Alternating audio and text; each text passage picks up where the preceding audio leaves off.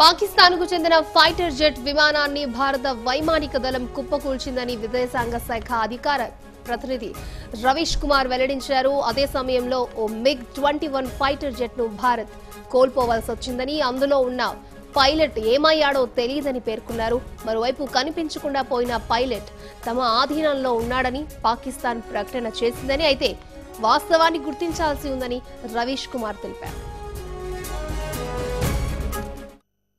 I welcome you all to this media briefing. I am joined by Air Vice Marshal R.G.K. Kapoor.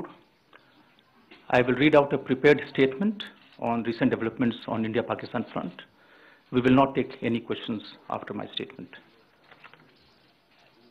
India had informed about counter-terrorism action it took yesterday against a terrorist training camp of Jaish-e-Mohammed in Pakistan, based on credible evidence that Jaish-e-Mohammed intended to launch more attacks.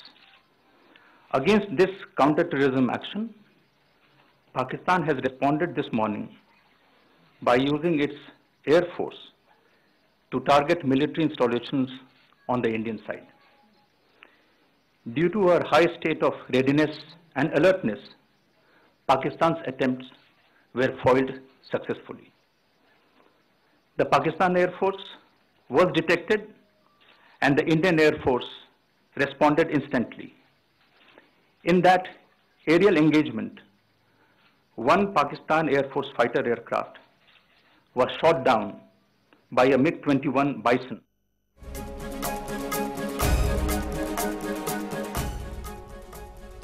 పాకిస్తాన్కు చెందిన fighter jet విమానాన్ని భారత వైమానిక దళం కుప్పకూల్చిందని విదేశాంగ శాఖ అధికారి రవీష్ కుమార్ వెల్లడించారు. అదే సమయంలో ఒక MiG-21 ఫైటర్ జెట్ ను భారత్ కోల్పోవాల్సి వచ్చిందని, అందులో ఉన్న పైలట్ ఏమయ్యాడో తెలియదని పేర్కొన్నారు. మరోవైపు కనిపించకుండా పోయిన పైలట్ తమ ఆధీనంలో ఉన్నాడని పాకిస్తాన్ ప్రకటన చేసిందని, అయితే వాస్తవాన్ని గుర్తించాల్సి ఉందని రవీష్ కుమార్ తెలిపారు. ఇక ఇదే అంశానికి సంబంధించి మరిన్ని వివరాలు మా ప్రతినిధి సారథి అందిస్తారు. సారథి, చెప్పండి, దీనికి సంబంధించి మీ దగ్గర ఉన్న అప్డేట్స్. అక్షయ, భారతదేశ సరిహద్దుల వాతావరణం క్షణానికి మారిపోతుంది. ముఖ్యంగా చాలా కీలక పరిణామాలు చోటు చేసుకున్నాయి. ఈ రోజు పాకిస్తాన్ నుంచి F-16 విమానం భారతదేశంలోకి వచ్చింది. ముఖ్యంగా మన గగనతలంలోకి వచ్చిన నేపథ్యంలో వాటిని కూల్చేసేందుకు మన వైపు నుంచి MiG-21 లో పైలట్లు వెళ్లారు. అయితే MiG-21 సక్సెస్ఫుల్ గానే F-16 కూల్చేసింది. కానీ ఆ తర్వాత రెండో మనకు సంబంధించిన భారతదేశం సంబంధించిన విమానం కూలిపోయింది అన్నట్టుగా తెలుస్తుంది. అయితే అది దాంట్లో పైలట్ మిస్సింగ్ యాక్షన్ అని చెప్పి విదేశాంగ శాఖ ఈ రోజు కన్ఫర్మ్ చేసింది. తప్పిపోయిన ఎవరైతే మిస్ అయినటువంటి పైలట్ ఉన్నారో ఆ పైలట్ మాకు దొరికాడని చెప్పి పాకిస్తాన్ క్లెయిమ్ చేసుకుంటుంది. అయితే క్లెయిమ్ ని ఒప్పుకుంటుంది.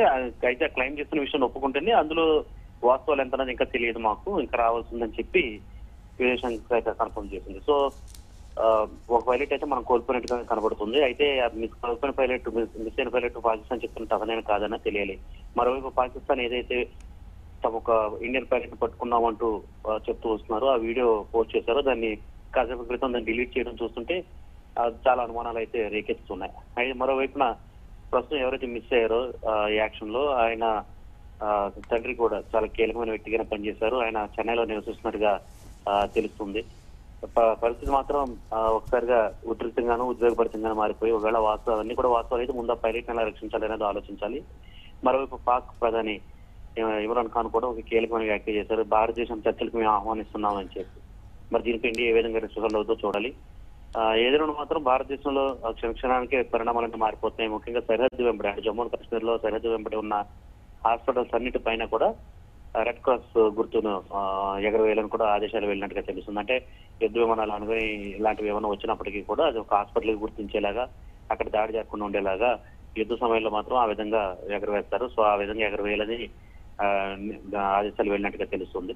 మరోవైపున ఇతర ప్రాంతాల్లో మాత్రం విమాన సర్వీసులను యథాతథంగా పునరుద్ధరించారు. అది మాత్రం కాస్త ఓర్లు కలిగించే అంశం. పరిస్థితి అయితే చాలా తీవ్ర ఉద్వేగభరితంగా మారిపోతున్న నేపథ్యంలో ఇప్పుడు భారత్ పాక్ లో ఈ యుద్ధ వాతావరణం ఏ దిశగా వెళుతుంది అనేది సర్వత్రా ఉత్కంఠ అయితే కలిగిస్తుంది. Thank you Sarathi.